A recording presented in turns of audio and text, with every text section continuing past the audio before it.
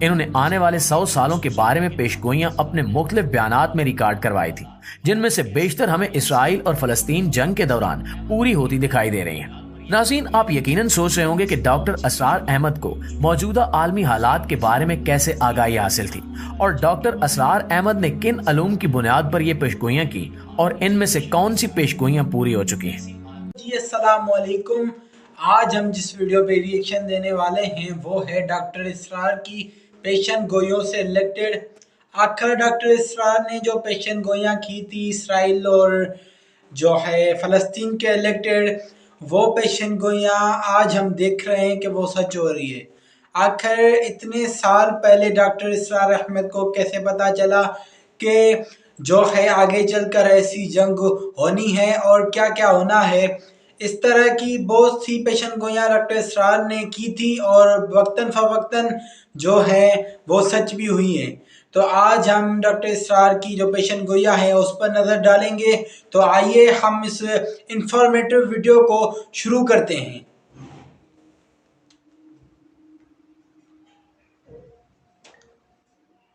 السلام علیکم ناظرین، ڈاکٹر اسرار احمد ایک مشہور مفکر قرآن اور مذہبی اسکالر تھے جنہیں اس دنیا سے گئے ہوئے کئی سال گزر چکے ہیں،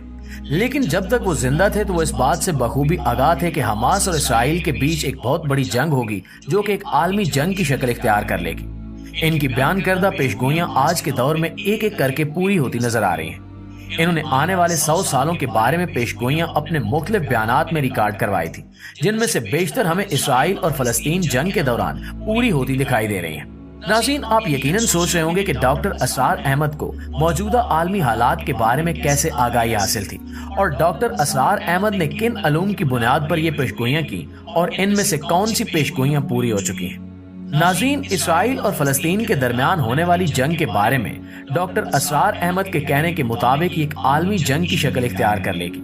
ایسی عالمی جنگ جس کا اسرائیل کو 2000 سال سے انتظار تھا، اور وہ اس جنگ کی تیاریوں میں لگا ہوا تھا۔ اس نے اس جنگ کے پیش نظر اپنے آپ کو ملٹری ٹیکنالوجی اور آئی ٹی کے شعبے میں بے انتہا مضبوط، ترقی یافتہ اور خود کفیل بنانے کی کوششیں کی ہیں، اور وہ ان کوششوں میں کامیاب بھی ہو چکا ہے۔ یہ جنگ حق و باطل کی آخری جنگ ہوگی، جس کا ذکر مسلمانوں کی صحیح احادیث، عیسائیوں کی انجیل اور یہودیوں کی تورات میں بھی ملتا ہے۔ ڈاکٹر اسرار احمد کا کہنا تھا کہ ہرمجدون یا آرمگیڈن ہی وہ جنگ ہے جس کے بارے میں نبی کریم صلی اللہ علیہ وآلہ وسلم نے فرمایا کہ یہ جنگ اتنی خونریز ہوگی کہ اگر کسی شخص کے 100 بیٹے ہوں گے تو اس کے 99 بیٹے اس جنگ میں قتل ہو جائیں گے۔ اس جنگ میں ایک طرف مسلمان ہوں گے تو دوسری طرف یہودی اور منافق مسلمان ہوں گے۔ لہٰذا ڈاکٹر اسرار احمد کے بیان کے مطابق ہم نے اپنی آنکھوں سے دیکھ لیا ہے کہ اس جنگ کی ابتدا میں یہ پیشگوئیاں پوری ہونی شروع ہو گئی ہیں، کیونکہ ڈاکٹر اسرار احمد کی بیان کردہ پیشگوئیاں ان کی خود ساختہ یا کسی انگلش لٹریچر یا مذہبی اسکالرز کی کتابوں سے اخذ نہیں کی گئی تھی، بلکہ ان کی پیشگوئیاں قرآن اور حدیث سے بیان کردہ تھی جو قیامت تک کے لیے اٹل ہیں۔ ڈاکٹر اسرار احمد کا کہنا تھا کہ اس جنگ کے پس منظر میں اسرائیل بیت المقدس کو شہید کرنا چاہتا ہے، اور آپ کو یہ جان کر انتہائی دکھ اور حیرت ہوگی کہ اس جنگ سے پہلے اسرائیل بیت المقدس کو شہید کر کے اس کی جگہ ٹیمپل بنانے کی مکمل پلاننگ کر چکا ہے، اور تمام بڑی طاقتیں اس کے ساتھ ہیں۔ یروشلم ایک طرف تو مسلمانوں کے لیے اس لیے عام ہے کہ اس میں مسلمانوں کا قبلہ اول بیت المقدس ہے، تو دوسری طرف قیامت آنے سے پہلے ہونے والے بے شمار واقعات کا تعلق بھی اسی شہر سے ہے۔ یہودیوں کا ماننا ہے کہ بیت المقدس ان کی عبادت گاہ ہے اور یروشلم ان کا مذہبی شہر ہے جس پر ان کے آباء و اجداد مدتوں تک حکومت کرتے رہے۔ وہ نہ صرف بیت المقدس کو واپس لینا چاہتے ہیں بلکہ تمام دنیا پر حکومت کرنا چاہتے ہیں۔ تو پیارے ساتھیو، اب آپ یہ سوچ رہے ہوں گے کہ بیت المقدس تو مسلمانوں کی عبادت گاہ اور مسلمانوں کا قبلہ اول ہے، تو پھر یہودی اسے اپنی عبادت گاہ کیوں کہتے ہیں؟ تو جس جگہ آج بیت المقدس موجود ہے وہاں اللہ تعالیٰ کے حکم سے حضرت داؤد علیہ السلام نے سب سے پہلے یہودیوں کے لیے عبادت گاہ تعمیر کی۔ یہ یہودیوں کی پہلی عبادت گاہ تھی۔ حضرت داؤد علیہ السلام نے اس عبادت گاہ کی تعمیر شروع کی، لیکن اس کی تعمیر کے دوران ہی ان کی وفات ہو گئی۔ ان کی وفات کے بعد ان کے بیٹے حضرت سلیمان علیہ السلام نے جنات کی مدد سے اس عبادت گاہ کی تعمیر مکمل کی، اور انہی کے نام کی نسبت سے اس عبادت گاہ کا نام ہیکل سلیمانی رکھا گیا۔ اس عبادت گاہ میں تابوت سکینہ اور مقدس صحیفے رکھے گئے۔ یہودی ایک سرکش اور نافرمان قوم تھی۔ انہوں نے اللہ تعالیٰ کی متعدد بار نافرمانی کی، جس کی وجہ سے ان پر عذاب نازل کیا گیا۔ یروشلم شہر پر اللہ تعالیٰ کے حکم سے دوبارہ حملہ کیا گیا، جس کے نتیجے میں ہیکل سلیمانی مکمل طور پر ختم ہو گیا اور اس کے ساتھ ساتھ تابوت سکینہ بھی اچانک غائب ہو گیا۔ یہودیوں کو یروشلم سے باہر نکال دیا گیا اور وہ در بدر ہو گئے اور دنیا کے مختلف علاقوں میں پھیل گئے۔ حضرت عمر فاروق رضی اللہ تعالیٰ عنہ کے دور حکومت میں جب یروشلم کو فتح کیا گیا تو انہوں نے یہاں دوبارہ بیت المقدس کی تعمیر کی اور یروشلم مسلم سلطنت کا حصہ بن گیا، جبکہ اس سے پہلے یہاں یہودیوں کی حکومت تھی۔ ڈاکٹر اسرار احمد کے مطابق یہودی 2000 سال سے بیت المقدس کو واپس حاصل کرنا چاہتے ہیں،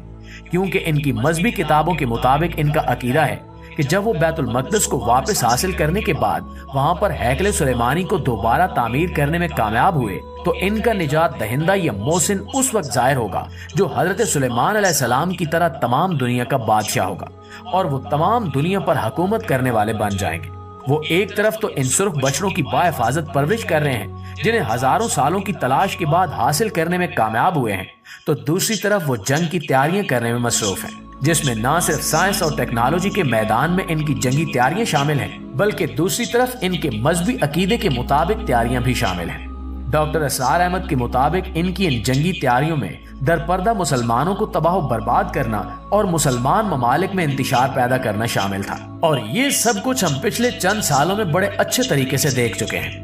ڈاکٹر اسرار احمد کہتے تھے کہ وہ اس جنگ کی تیاریوں میں اس جنگ کے بارے میں کی جانے والی حدیث نبوی کی پیشگوئیوں کو درپردہ سامنے ضرور رکھیں گے۔ اسی پیشگوئی کے پس منظر میں ہم نے دیکھا کہ یہودی اونچے پہاڑوں پر غرقد کے درخت بڑی تعداد میں لگانے میں مصروف نظر آتے ہیں۔ نبی کریم صلی اللہ علیہ وآلہ وسلم کی حدیث کے مطابق غرقد کا درخت وہ واحد درخت ہوگا جو اس وقت یہودیوں کو پناہ دے گا۔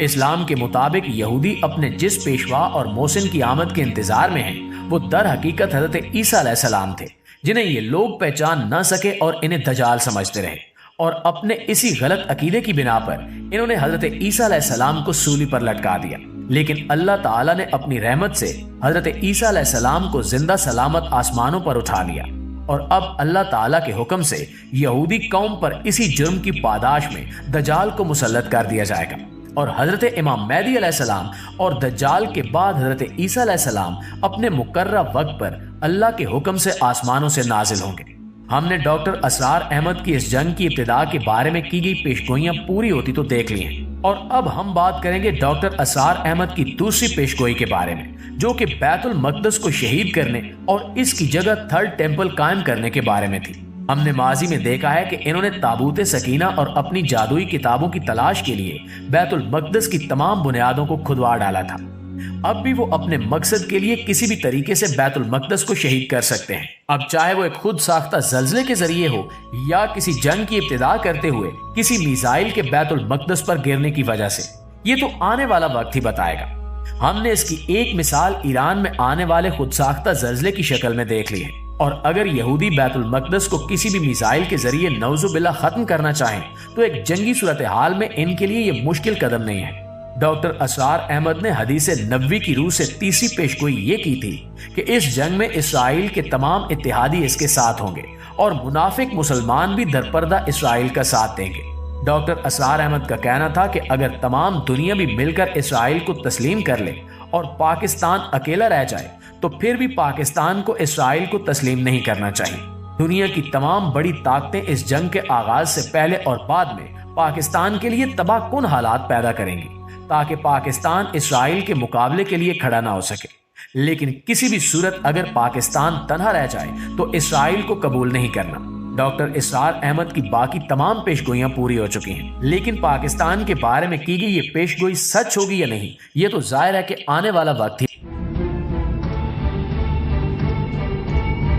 تو جی یہ ویڈیو آپ نے دیکھی کہ ڈاکٹر اسرار نے کیسے پیشن گوئیاں کی تھی اور کیسے وہ سچ بھی ہوئی ہیں۔ آنے والی پیشن گوئیاں بھی آپ دیکھیں گے وقتاً فوقتاً سچ ہوتی ہے یا نہیں۔ اور ان اسرائیل اور حماس کی جو جنگ چل رہی ہے فلسطین کی، اس کے حوالے سے آپ کو انفارمیشن چاہیے تو آپ میرا چینل وزٹ کریں، اس پر وقتاً فوقتاً ہم ویڈیوز اپلوڈ کرتے ہیں کہ اسرائیل اور حماس کی جنگ سے ریلیٹڈ۔ اب میں ملوں گا آپ کو نئی انٹرسٹنگ ویڈیو میں، تب تک کے لیے مجھے دے اجازت، اللہ حافظ۔